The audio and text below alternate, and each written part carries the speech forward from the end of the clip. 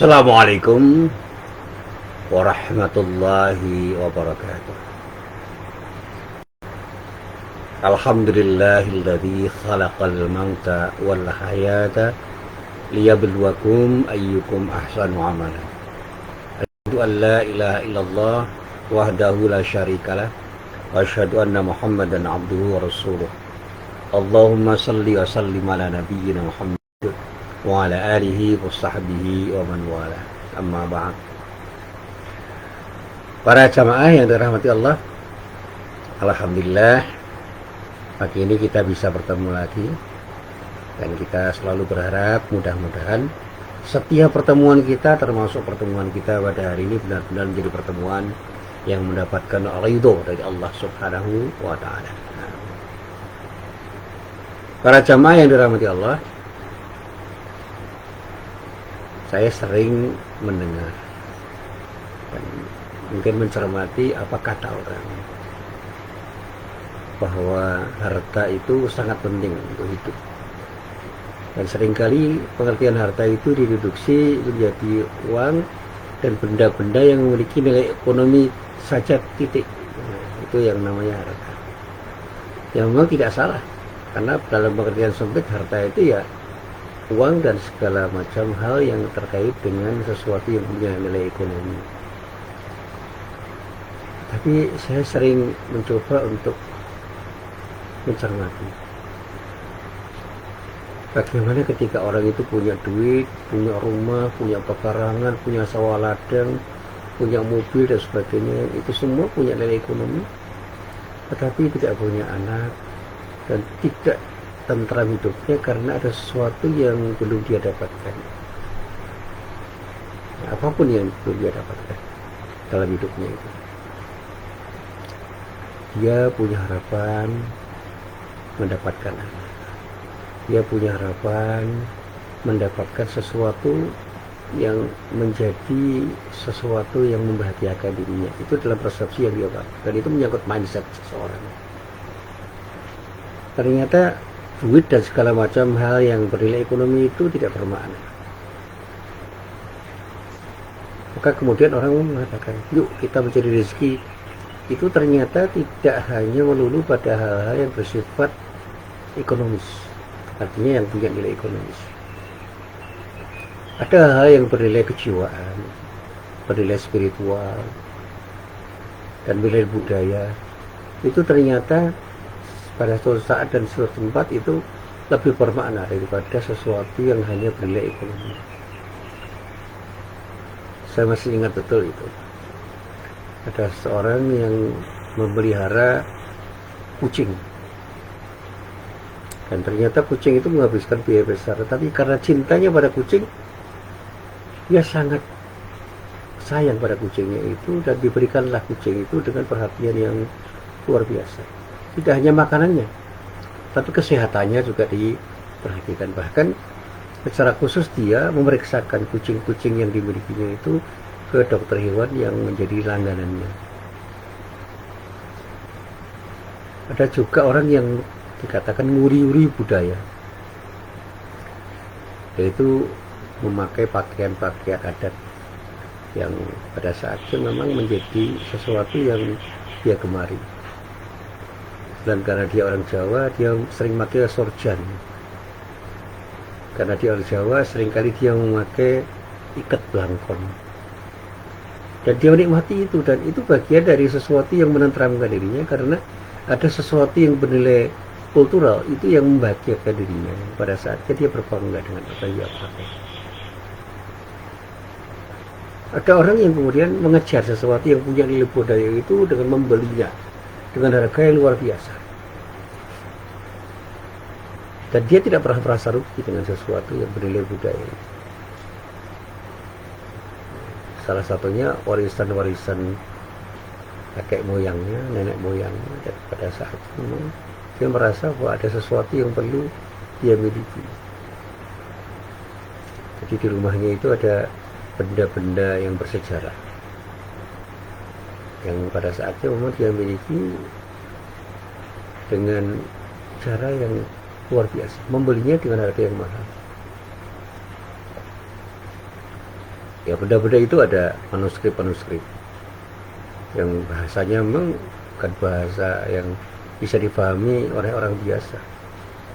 Bahasanya itu bahasa Jawa kuno yang hanya bisa dipahami oleh orang-orang yang mengerti bahasa Jawa kuno. Saya sebagai orang Jawa tidak paham bahasanya, apalagi kalau sudah tertulis dalam tulisan Jawa itu.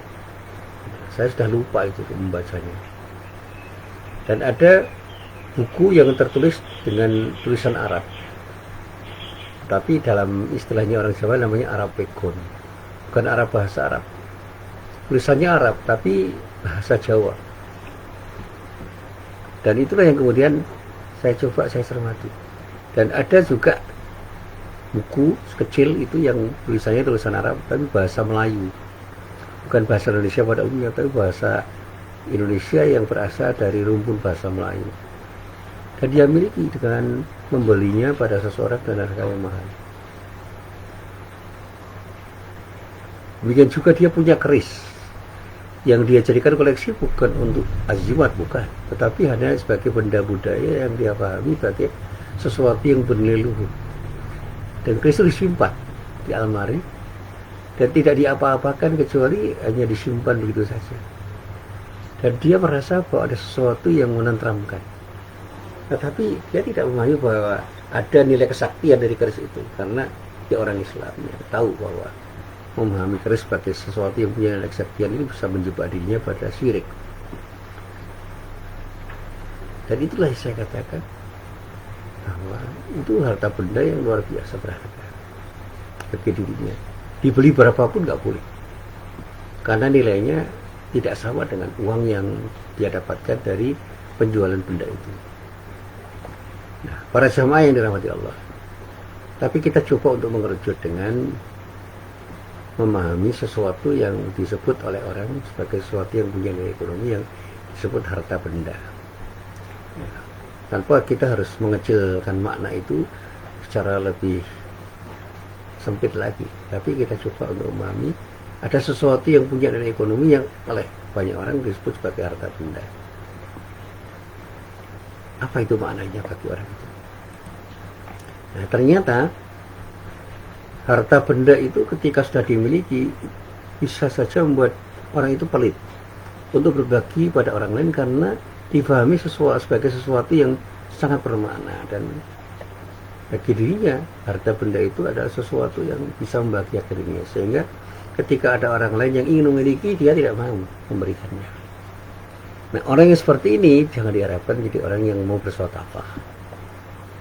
Dia tidak akan membelanjakan atau menginfakkan hartanya itu untuk kepentingan orang lain karena merasa rugi, karena dia melihat ada sesuatu yang hilang pada dirinya ketika dia menyedekahkan atau menginfakkan pada orang lain. Nah, sebagai muslim, kewajiban zakat bagi orang yang pelit itu menjadi sesuatu yang memberatkan. Padahal Allah memerintahkan di dalam surat Taubah ayat 103 dengan kata-kata yang tegas itu. A'udzubillahi minasyaitonirrajim. Khudh min amwalihim shadaqatan tutahhiruhum wa tuzakkihim biha wa shalli 'alaihim inna salataka sakanul lahum wallahu samii'un 'alim. Ambillah zakat dari harta mereka guna menyucikan dan membersihkan mereka, dan doakanlah mereka, karena sesungguhnya doamu adalah keteraman bagi mereka. Allah Maha mendengar lagi Maha mengetahui. Nah, ayat ini intinya kan merintah untuk berzakat. Dan di dalam kitab tafsir memang dijelaskan begitu rupa. Dan zakat itu tidak akan mengurangi nilai harta benda yang dizakatkan itu, tetapi punya nilai tambah yang disebut dengan tutahhirhum wa tuzakkihim biha, menyucikan dan membersihkan mereka. Sehingga ada istilah toharoh dan ada istilah tazkiyah. Mereka itu bisa saja menjadi orang yang pelit karena merasa apa yang dia miliki itu adalah sesuatu yang harus mereka genggam terus. Dan pada akhirnya juga mereka tidak mau menyucikan dirinya dengan zakat. Dan pada saat dirinya itu kotor, dia terus akan menjadi orang yang pelit. Jadi tazkiyahnya gagal. Dan pada saat dia itu harus membersihkan kemungkinan harta itu terkotori oleh sesuatu yang tidak baik, karena mungkin saja harta itu dia peroleh dari cara yang syubhat atau bahkan yang haram, dengan tanpa sengaja tentu saja, dengan tanpa berzakat, maka nilai kesucian harta itu menjadi hilang. Karena pada saatnya harta itu terkotori oleh tindakan-tindakan mereka ketika mereka berusaha untuk mendapatkan harta itu dengan cara-cara yang tidak seharusnya mereka lakukan. Nah, sekarang ini banyak orang yang mencari harta dengan cara yang bermacam-macam. Mungkin dengan tidak sengaja dia mencari harta dengan cara yang salah, mengambil hak orang, dan kemudian menjadikan orang lain itu tidak memiliki kesempatan untuk mendapatkannya karena sikap rakusnya. Nah, sikap rakus yang kemudian melahirkan keinginan untuk mendapatkan semuanya, itu menjadikan boleh saja jadi ini dia mengambil lebih dari apa yang seharusnya menjadi sesuatu yang menjadi haknya. Di dalam bahasa para mubalik itu, dia mengambil hak 1000 orang untuk dia ambil sendiri. Sehingga ketika dia itu mendapatkan, dia tidak mungkin berbagi kepada 1000 orang yang pernah diambil haknya itu untuk diberi sesuatu yang dia dapatkan. Karena bagi dirinya, memperoleh sesuatu meskipun dengan cara merampas hak 1000 orang, itu adalah sesuatu yang baik-baik saja.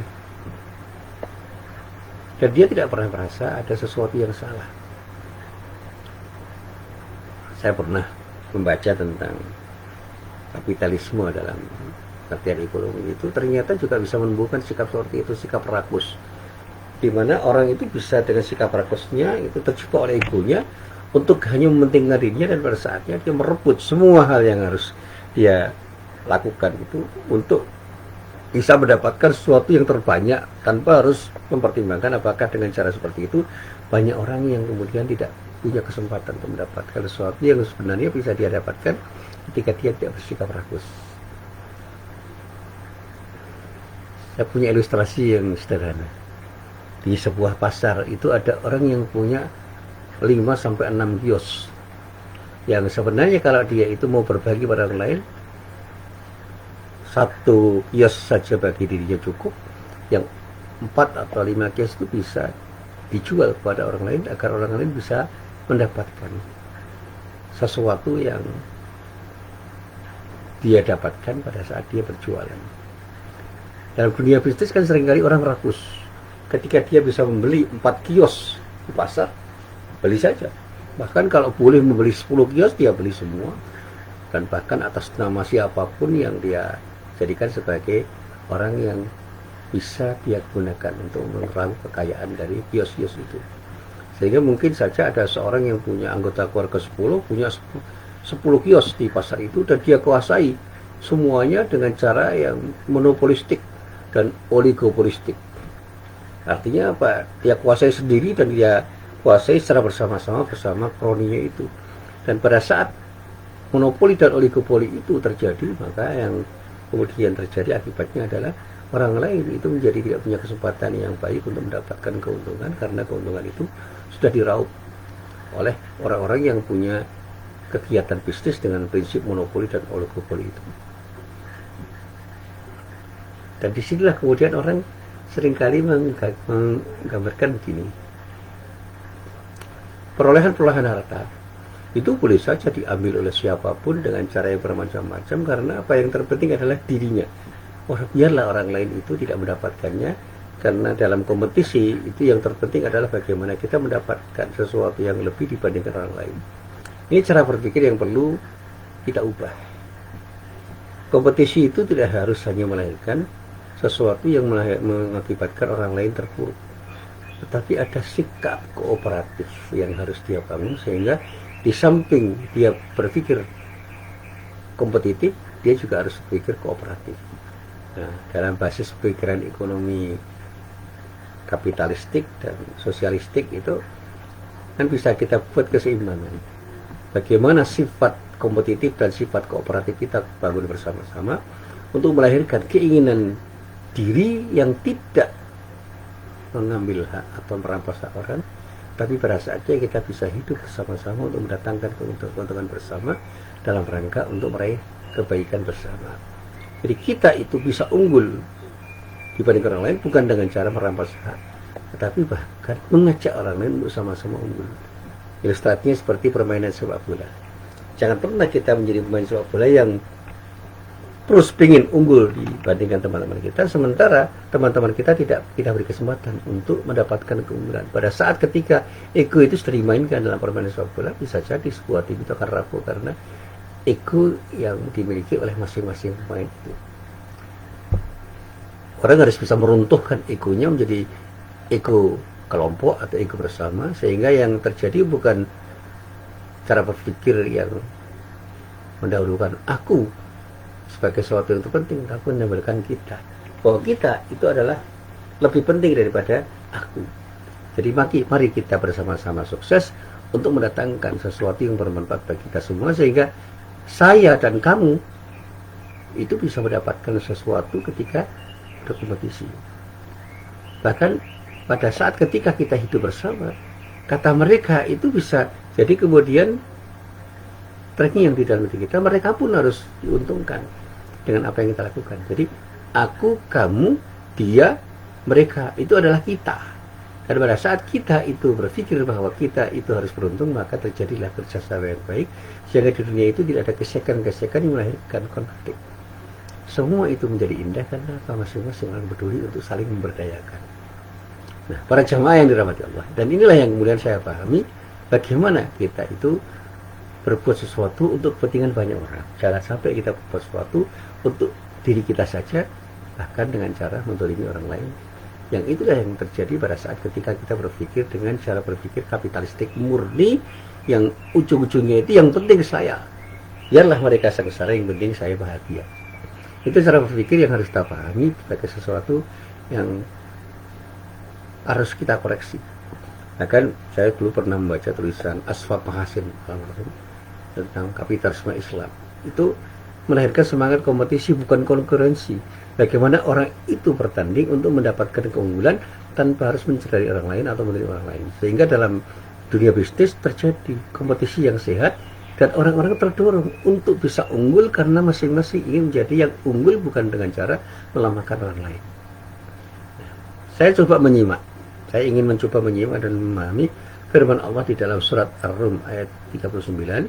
Di dalam ayat itu Allah berfirman, A'udzubillahi minasyaitonirrajim.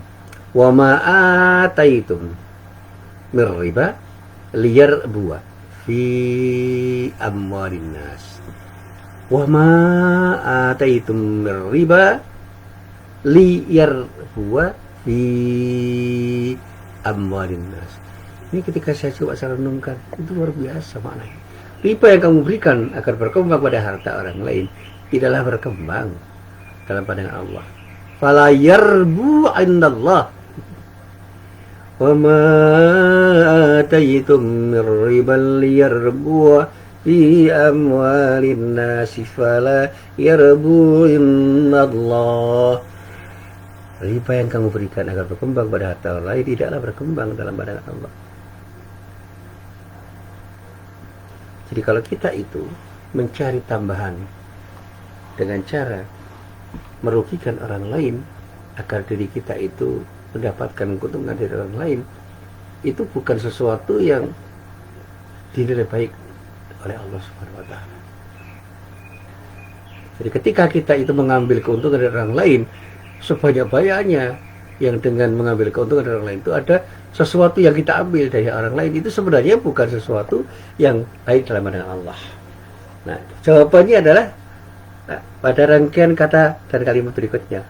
Wa ma ataitum min zakatin turiduna wajhallahi fa ulaika humul mudha'ifun. Ini luar biasa nih. Wa ma ataitum min zakatin turiduna wajhallahi fa ulaika humul mudha'ifun. Adapun zakat yang kamu berikan dengan maksud meraih keridhaan Allah, berarti mereka lah orang-orang yang melipat gandakan pahalanya. Artinya apa?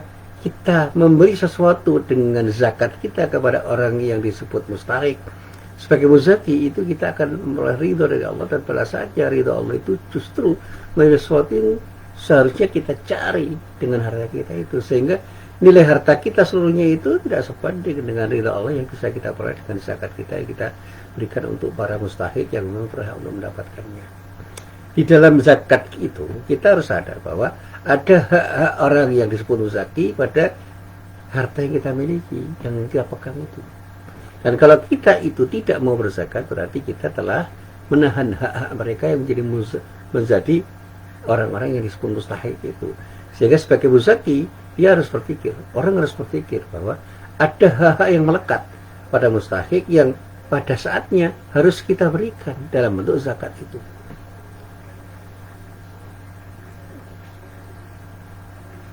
Saya seringkali membayangkan, kalau saya punya harta 100 juta, kemudian saya katakan 2,5% itu kan masih ringan. Tapi kalau saya punya harta 1 miliar, itu menjadi tidak ringan, banyak sekali. Nah, bagaimana kalau saya punya harta 1 triliun? Wah, berat sekali karena banyak sekali kalau dihitung. Jadi 2,5% dari 1 triliun itu kan besar sekali. Nah, disitulah kemudian keengganan orang itu bisa terjadi sebagai akibat dari keinginan untuk memiliki harta yang dia miliki, seolah-olah harta itu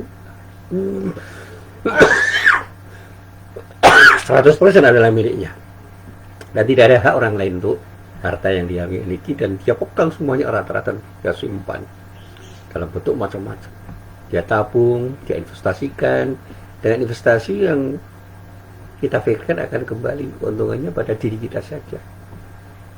Sehingga dengan cara berpikir yang seperti itu, kita akhirnya akan menggunakan harta kita itu untuk tujuan agar harta kita itu mendatangkan keuntungan pada diri kita, tanpa melihat apakah orang lain merugi dengan apa yang kita lakukan.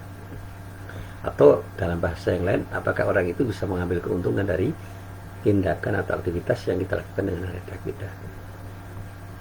Kalau saya punya uang 1 miliar, itu berpikir saya bisa saja bagaimana saya kembangkan uang itu agar bertambah dan bertambah untuk kepentingan diri saya. Dan saya tidak akan berpikir dengan uang 1 miliar itu saya bisa memberikan sesuatu yang punya nilai tambah pada orang lain. Bagi orang yang sudah punya jiwa muzaki, itu akan sadar betul zakat itu adalah sesuatu yang pada akhirnya akan kembali pada diri kita dengan nilai yang jauh lebih penting, yaitu ridha Allah. Sehingga seorang yang disebut syahih, seorang dermawan itu selalu berpikir bagaimana dia memberi sesuatu pada orang lain dengan maksud satu, hanya ingin mendapatkan ridha Allah saja dengan harta yang dia berikan pada siapapun yang memang punya hak untuk kita beri. Nah, para jamaah yang dirahmati Allah, salah satu naluri kuat yang ada pada setiap orang itu adalah keinginan untuk mendapatkan harta. Dan keinginan itu di samping untuk memiliki harta yang banyak, juga agar hartanya itu bertambah dan terus berkembang dari satu waktu ke waktu yang lain, dari satu masa ke masa yang lain. Sehingga dalam cara berpikir seperti itu, dia akan selalu menginvestasikan harta itu untuk pengembangan harta itu agar nilai kemanfaatannya kembali pada dirinya saja. Dia tidak akan berpikir untuk orang lain. Yang penting saya. Yang terpenting adalah saya, bukan kamu. Bukan dia, bukan mereka. Dan pada saatnya orang itu akan selalu berpikir yang terpenting bagi diri saya adalah mengembangkan harta itu yang kembali keuntungannya pada diri saya. Apa saya dengan orang lain, apakah orang lain terugi dengan apa yang saya lakukan, itu tidak penting bagi saya. Ketika saya berpikir dengan cara berpikir yang seperti ini yang sering disebut dengan cara berpikir kapitalistik murni. Nah, orang yang berpikir sosialistik berbeda.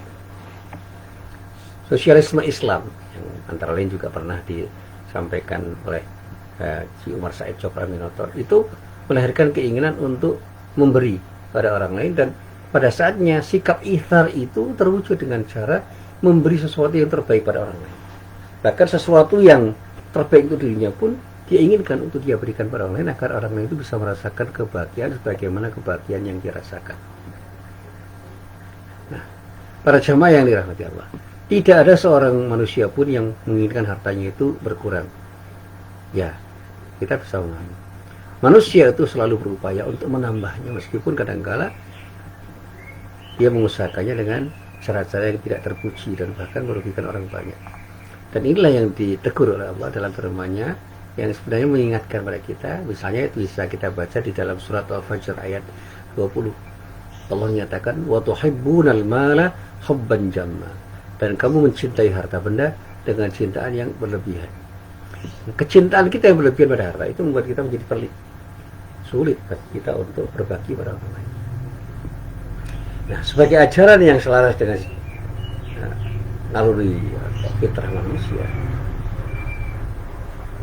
dan kebutuhan manusia, Islam itu mendorong manusia untuk memiliki dan mendapatkan harta kekayaan untuk pencapaian kemaslahatan dan bagian hidup yang hakiki di dunia maupun di akhirat.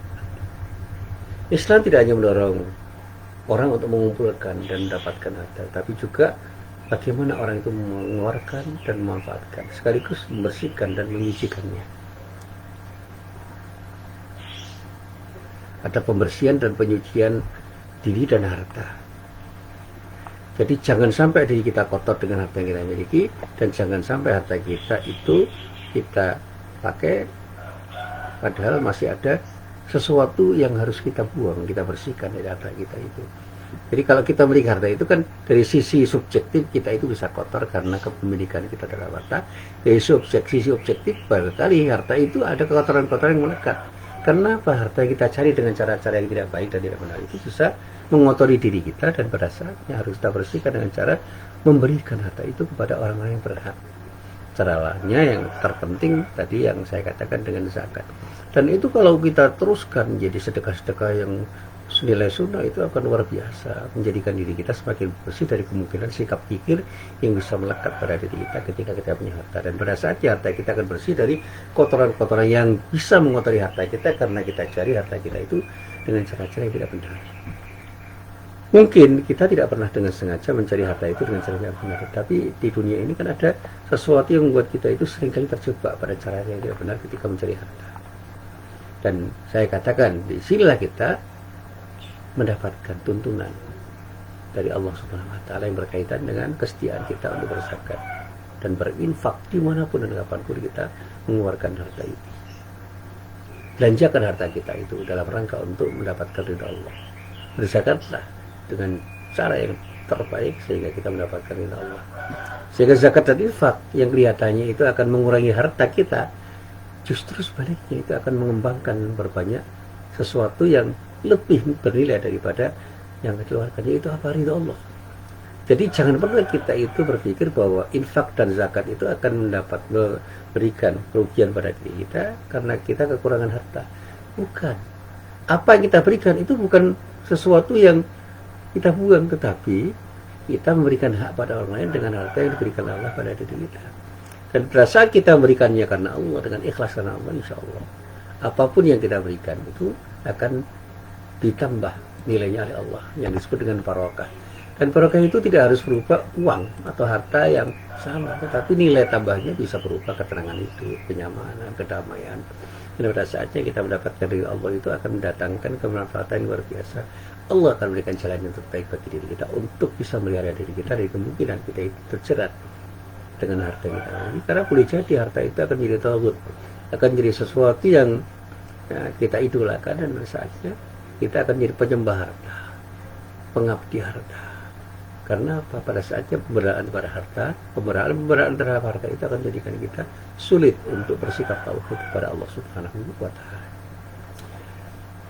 Nah, para jamaah yang dirahmati Allah, saya juga pernah memperhatikan dan menyimak firman Allah yang terdapat di dalam surah Al-Baqarah ayat 276. Di dalam ayat itu Allah berfirman, "A'udzubillahi minasyaitonirrajim. Yamhaqullahu riba wa yurbit sadaqah." Di sini ada kata-kata indah.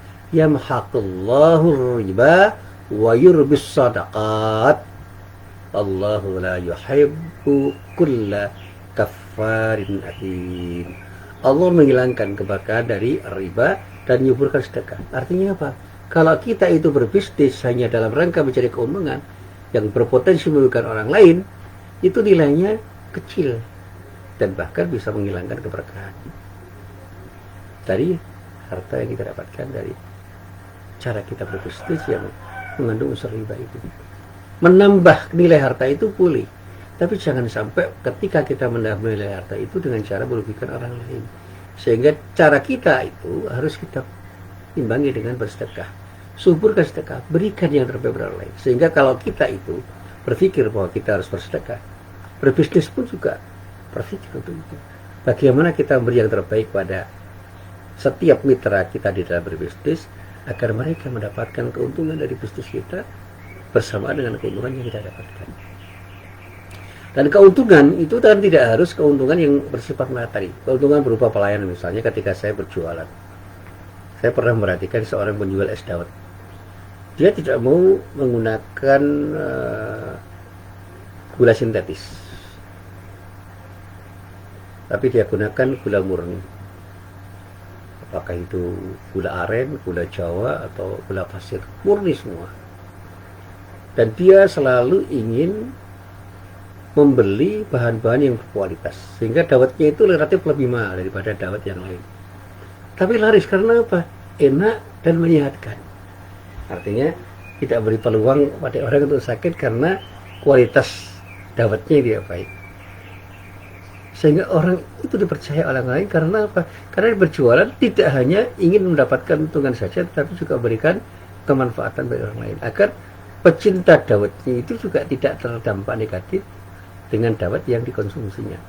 Demikian juga saya pernah tanya sama seorang penjual, Pak, kok pakai ayam kampung, Pak? Kan mahal. Ya, saya ingin menjual yang berkualitas, Pak. Dan mie yang saya beli itu juga mie kualitas 1, Pak. Ini mie original, mie yang asli, tanpa kurang. Dan memang agak mahal, Pak, tapi nggak apa-apa. Karena saya ingin berjualan dengan konsumen seperti saya berjualan dengan diri saya sendiri. Saya anggap konsumen itu adalah bagian dari diri saya sendiri. Karena saya tidak mau makan makanan yang tidak berkualitas, saya akan menjual sesuatu yang berkualitas pada konsumen. Dan ternyata jualannya sangat laris. Jadi Allah menghilangkan keberkahan dari riba dan menyuburkan sedekah. Allah tidak menyukai setiap orang yang sangat kufur lagi berkelimang dosa. Artinya apa? Allah itu tidak ingin kita coba adalah sikap kufur dan berkelimang dosa sebagai akibat dari tindakan riba yang kita lakukan ketika kita berbisnis. Nah, sekarang ini kan sulit mendapatkan orang yang punya cara berpikir seperti itu, karena hampir setiap orang itu selalu berpikir yang penting saya, apalagi dalam dunia bisnis. Banyak orang yang mengambil keuntungan dalam kesempitan. Nah, sekarang kita ambil satu contoh yang paling bagus lah di masa pandemi ini. Ada nggak orang yang mengambil keuntungan dari kesempitan orang ketika membutuhkan sesuatu? Dimulai dari jual beli masker. Dulu ketika masker itu pertama kali dibutuhkan orang, kan mencari masker sulit dan harganya mahal. Tetapi begitu sudah normal kondisinya, masker itu sangat murah harganya. Ya, sanitizer mahal dan sulit dicari. Disinfektan, cairan disinfektan itu sulit dicari dan kalau ada pun mahal.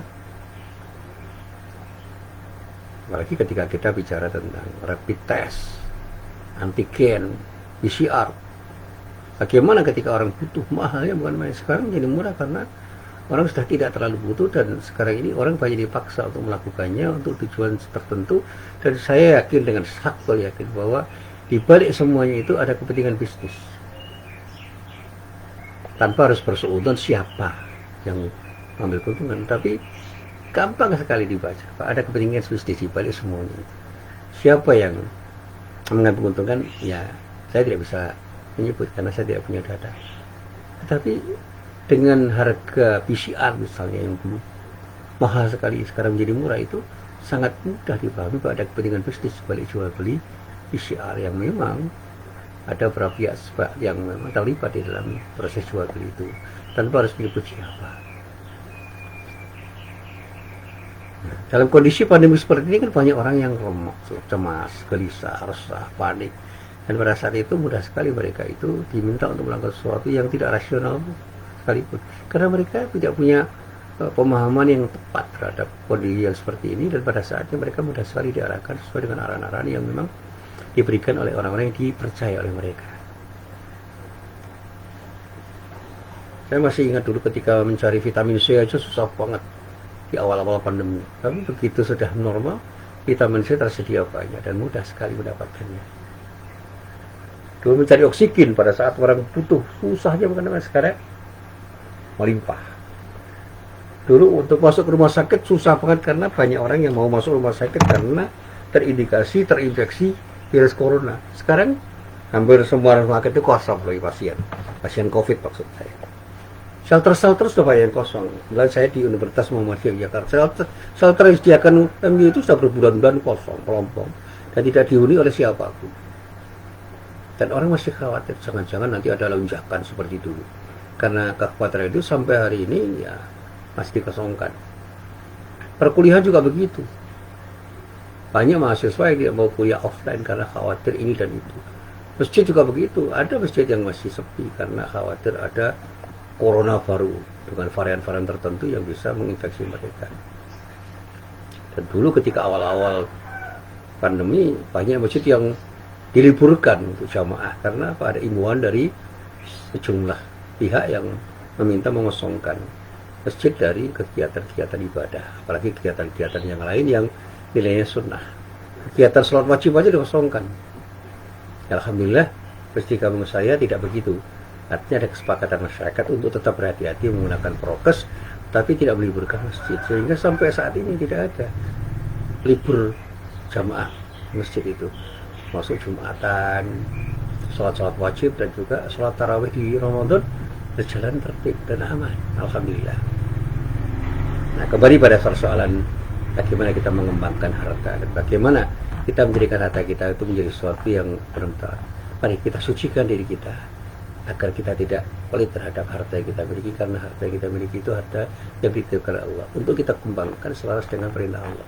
Kembangkan harta kita dengan cara berinfak, bersedekah, berzakat. Bagaimana infak, sedekah, dan zakat itu menjadi budaya kita dan rasanya kita akan dapatkan kemanfaatan dari apa yang kita lakukan. Nah, para jamaah yang dirahmati Allah, zakat dan infak itu harus kita pahami sebagai sesuatu yang akan bisa mengembangkan dan memperbanyak nilai harta yang kita miliki, karena pada saatnya Allah akan berikan keridhaan pada kita ketika kita melaksanakan dengan ikhlas karena Allah. Nah, di dalam sebuah hadis riwayat Imam At-Tirmidzi, Rasulullah itu pernah menyatakan bahwa harta itu tidak akan berkurang karena sebab disedekahkan. Justru harta itu akan semakin bertambah banyak nilainya, bukan jumlahnya. Kita jangan berpikir serba kuantitatif, kita juga harus berpikir kualitatif.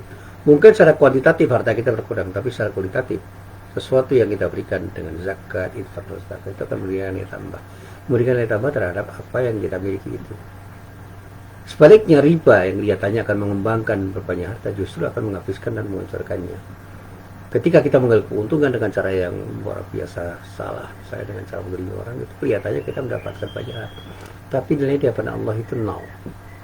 Sehingga di dalam surat Baqarah 270 dikatakan, ya mahaqallahu riba wa yurbis sadaqat wallahu la yuhibbu kulla kafarin athim. Allah menghilangkan keberkahan dari riba dan menyuburkan sedekah. Allah tidak suka terhadap orang-orang yang sangat kufur dan berdiri dosa. Karena itu mari kita tumbuhkan semangat bersedekah, kita tumbuhkan budaya bersedekah, kita cari jalan untuk berinfak di jalan Allah, dan zakat itu kita wujudkan menjadi tindakan dalam rangka untuk mendapatkan keberkahan dari Allah.